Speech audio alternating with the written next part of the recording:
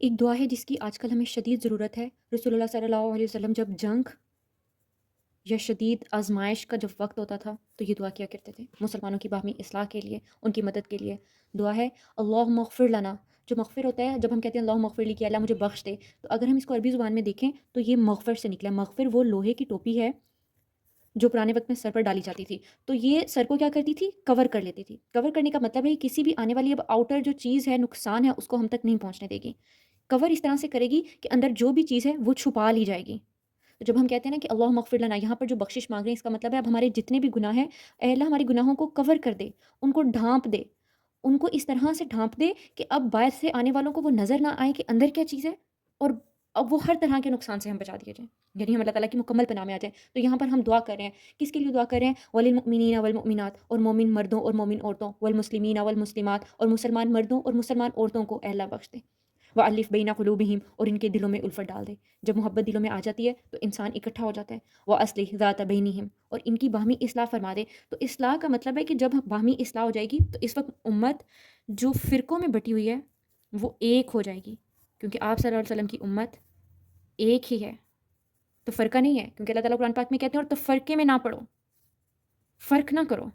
تو آپ صلی اللہ علیہ وسلم یہاں پر ایک کلیکٹیو دعا کر رہے ہیں مسلمانوں کے لیے کہ وَأَصْلِحْ ذَاتَ بَيْنِهِمْ، اور ان کی باہمی اصلاح فرما دے۔ وَانْصُرْهُمْ عَلَىٰ عَدُوِّكَ وَعَدُوِّهِمْ، اور انہیں اپنے اور اپنے دشمنوں کے مقابلے میں مدد عطا فرما۔ ہم اللہ تعالیٰ سے دعا کریں کہ اللہ تعالیٰ جو آپ کے دشمن ہیں وہی ہمارے دشمن بھی ہیں۔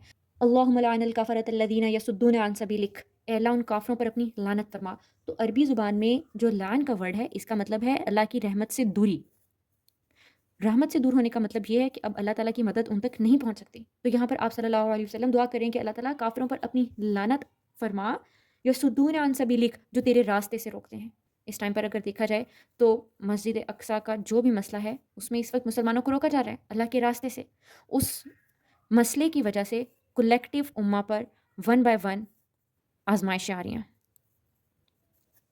وَيُكَذِّبُونَ رَسُولَكَ، اور کن پر لعنت فرما؟ جو تیرے رسولوں کو جھٹلاتے ہیں۔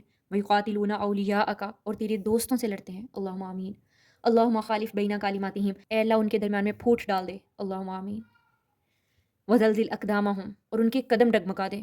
وانزل بہم باسک الذی لا تردہ عن القوم المجرمین، ان پر اپنا وہ عذاب اتار جسے تو مجرم قوم سے ٹالا نہیں کرتا۔ اللہم آمین۔ تو اس دعا کی آج کل ہمیں شدید ضرورت ہے۔